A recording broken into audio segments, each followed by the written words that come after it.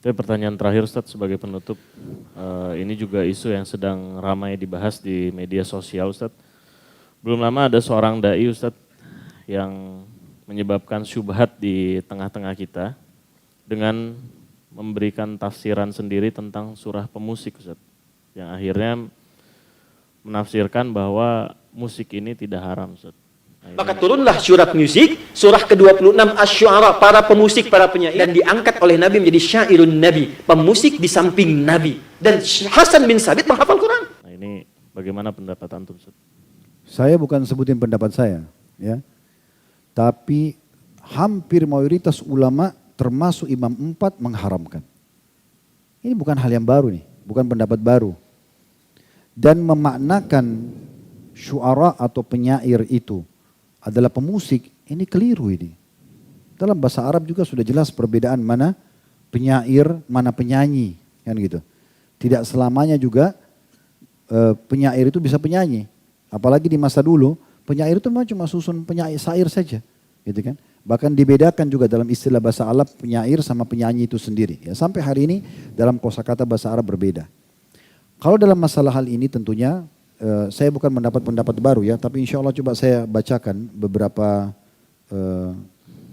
yang saya tahu berhubungan dengan masalah pendapat-pendapat ulama dalam masalah ini ya. Coba saya searchingkan dulu. Ya, ada perkataan Abdullah bin Umar radhiyallahu anhu. Beliau meninggal wafat tahun 73 Hijriah, sahabat masyhur. Beliau mengatakan ya, pada saat melewati sekelompok orang, terjemahnya saja, melewati sekelompok orang yang sedang melakukan ihram, mau umrah, mau haji. Lalu kemudian di antara mereka ada seorang yang bernyanyi sambil ihram, sambil dia bernyanyi. Maka kata Abdullah bin Umar kepada orang yang bernyanyi itu, ingatlah, aku berdoa kepada Allah, semoga doa-doamu tidak diterima. Abdullah bin Umar mendoakan si penyanyi itu supaya doanya tidak diterima. Ya. Begitu juga dengan Abdullah bin Abbas radhiyallahu anhu yang meninggal tahun 68 Hijriah. Beliau mengatakan, seluruh alat-alat musik atau ma'azif hukumnya haram. Bahkan beliau mengatakan beduk, gendang dan sejenisnya juga serta seruling masuk dalam hukum haram. Ini perkataan sahabat ya. Ini teman-teman bisa melihat tentunya tidak asing di dalam buku-buku yang sangat masyhur seperti misalnya kalau tadi pendapat Abdullah bin Umar itu dari kitab Zammul Malahi ya. Zammul Malahi di nomor 17, di halaman 17 dan juga Talbis Iblis yang tulis oleh Ibnu Qayyim di halaman 240 ya. Kemudian juga kalau yang tadi Abdullah bin Abbas radhiyallahu anhuma yang mengatakan haram alat-alat musik atau ma'azif itu diriwayatkan oleh Al-Baihaqi dalam sunan beliau serta juga disahihkan oleh para ulama. Ya. Begitu juga dinukil pendapat-pendapat para ulama-ulama yang masyhur dari Imam 4 pun sama. Pendapat-pendapat mereka mungkin ini kalau saya ingin bahas cukup panjang tapi teman-teman bisa nanti melihat ya. Tapi kita coba mulai dulu dari kalau dari generasi setelah sahabat ada Umar bin Abdul Aziz yang beliau wafat tahun 101 Hijriah ya. Beliau jadi khalifah waktu itu tahun 99 selama 2 tahun sampai 101. Beliau mengatakan pada saat menulis surat kepada guru anaknya. Guru anaknya. Beliau mengatakan kepada guru anaknya, hendaklah yang pertama kali engkau tanamkan keyakinan pada anak-anakku dari akhlakmu adalah membenci alat-alat musik. Adik Umar bin Aziz berkata kepada guru anak-anaknya, yang paling pertama kalau saya kepada anakku, kau harus tunjukkan kalau kau benci musik itu. Ya. Yang pertama, sesuatu yang dimulai dari syaitan dan akibatnya ialah mendapatkan kemurkaan dari Allah yang Maha Pengasih. Karena sungguhnya telah sampai kepadaku dari para ulama yang terpercaya bahwa menghadir alat-alat musik dan mendengarkan nyanyian serta menyukainya akan menumbuhkan kemunafikan dalam hati. Ini perkataan Umar bin Abdul Aziz tahun 101 Hijriah meninggalnya. Kita sekarang 1445 Hijriah. Ini masih generasi awal ya. Beliau mengatakan karena nyanyian serta menyukainya akan menumbuhkan kemunafikan dalam hati. Sebagaimana air menumbuhkan rumputan. Demi Allah sungguhnya menjaga hal itu dengan tidak mendatangi tempat-tempat tersebut lebih mudah bagi orang-orang yang berakal daripada bercokolnya kemunafikan dalam hati. Kalau kita kembali juga mereview keadaan Nabi SAW, tiba-tiba saya teringat salah satu yang pernah saya temukan dalam buku-buku sirah yang unik ini sebelum Nabi SAW dinobatkan jadi Nabi ya.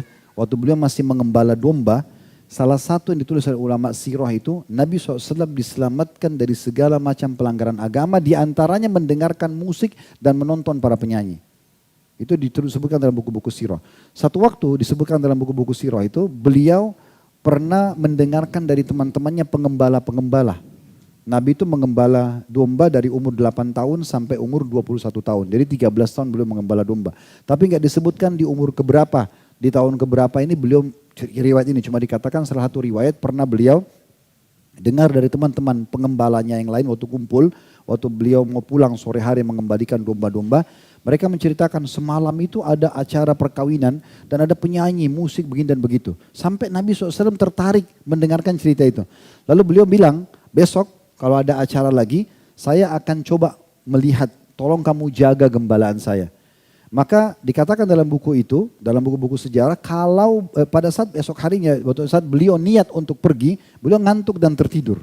Dan itu terjadi sampai beberapa hari. Akhirnya beliau tidak jadi menonton dan menyaksikan hal tersebut. Ya, itu poin-poin yang sangat jelas gitu ya.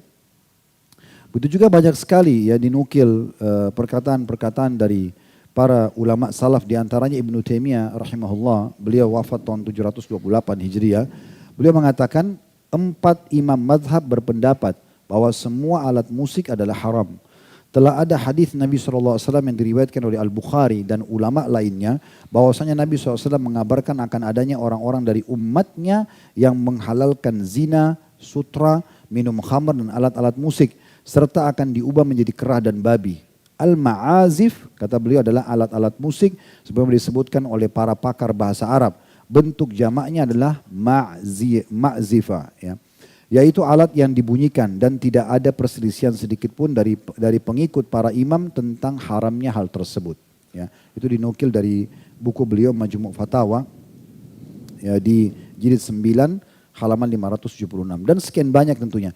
Kalau kita ingin nukil ini banyak sekali pendapat ulama berhubungan dengan masalah, antum tinggal ketik saja tentang pendapat ulama berhubungan dengan masalah musik. Ya. Tapi setelah kita jelaskan hukum-hukum seperti ini teman-teman sekalian, setiap orang bisa saja berbicara. Kita tidak akan pernah di majelis kita menyalahkan siapapun. Kalau ada pendapat, karena ini ditanyakan tadi ya, kalau ada pendapat yang mengatakan begitu dan dia siap bertanggung jawab depan Allah, itu hak dia. Silakan saja. Tapi kita juga punya hak untuk menjelaskan apa yang kita ketahui. Sebagaimana juga cukup banyak selalu dikatakan, oh majelis salaf, majelis wahabi itu tidak sukain dan itu. Kan ini pendapat. Dia berpendapat, silakan kita juga berpendapat. Gitu kan? Dia tidak usah paksakan pendapat dia kepada kita. Kita juga tidak bisa paksakan pendapat kita kepada dia. Tapi kita harus saling menghormati di sini. Yang penting siap bertanggung jawab di hadapan Allah subhanahu wa ta'ala. Tapi insya Allah hukum ini tidak asing. Antum bisa searching di Google, cukup banyak tulisan artikel-artikel, ceramah-ceramah para ulama menjelaskan masalah ini. Dan ini bukan dari saya pribadi, karena ini hukum ini sudah sangat lama ya. Dan cukuplah sumpahnya Abdullah bin Mas'ud radhiyallahu anhu tentang tafsir salah satu ayat Al-Quran, wa minan nasi may yashtari lahwal hadits yudilla nasa an sabilillah. Dan ada sebagian orang memperjualbelikan perkataan-perkataan untuk menyesatkan manusia dari jalan Allah. Beliau bersumpah demi Allah yang dimaksud adalah musik. Beliau bersumpah begitu. Dalam sebuah asar dinukil oleh Ibnu Qayyim rahimahullah dalam buku beliau Hadil Arwah ya. Beliau mengatakan salah satu statement yang ini athar ya, pernah ada orang-orang dari Irak datang bertemu dengan Ummul Mukminin Aisyah radhiyallahu anha. Lalu mereka menanyakan tentang masalah gempa. Wahai Ummul Mukminin, ada gak informasi dari Rasulullah SAW tentang gempa? Lalu beliau mengatakan, ada. Bila orang-orang sudah menghalalkan khamar, zina, dan para penyanyi-penyanyi sudah tampil, maka Allah akan murka di atas langit sana. Kemudian Allah perintahkan bumi untuk menggoncangkan dirinya. Terjadi gempa. Itu perkataan Ummul Mukminin Aisyah radhiyallahu anha. Ini sudah kita bedah di buku Ibnu Qayyim rahimahullah. Jadi dan kalau mereka tinggalkan kata Aisyah radhiyallahu anha, maka Allah akan suruh bumi untuk tentram kembali. Berarti kan ada masalahnya di situ. Dan dalam hadis tadi yang sudah kita sebutkan digabungkan antara khamar, kemudian judi, khamar, kemudian perzinahan dan juga masalah musik. Dan subhanallah ini seperti bersaudara ini ya. Di majelis ilmu itu insya Allah kalau yang benar tidak akan ada musik untuk mendengarkan. Tapi kalau di tempat musik itu sangat dekat itu dengan perzinahan, dengan khamr, kayak diskotik, kayak karaoke itu kayak bersaudara. Ya. Kalau di sini itu Al-Quran, hadis, ilmu itu beda. Itu memang satu kayak fitrahnya itu sudah sejalan. Oleh karena itu saran kami lebih baik tentunya tinggalkan. Dan hati-hati bagi setiap da'i, kalau mau berbicara dia kontrol, dia pelajari dulu. Ya kemudian setelah memastikan hukum baru dijelaskan. Apalagi kalau memang punya masa, orang didengar, ini berbahaya sekali. Karena akan menjadi sebuah bola liar yang akan kemana-mana. Bisa mendapat pahala kalau itu benar, kalau dia salah ini bisa berbahaya buat dia. Allahu a'lam.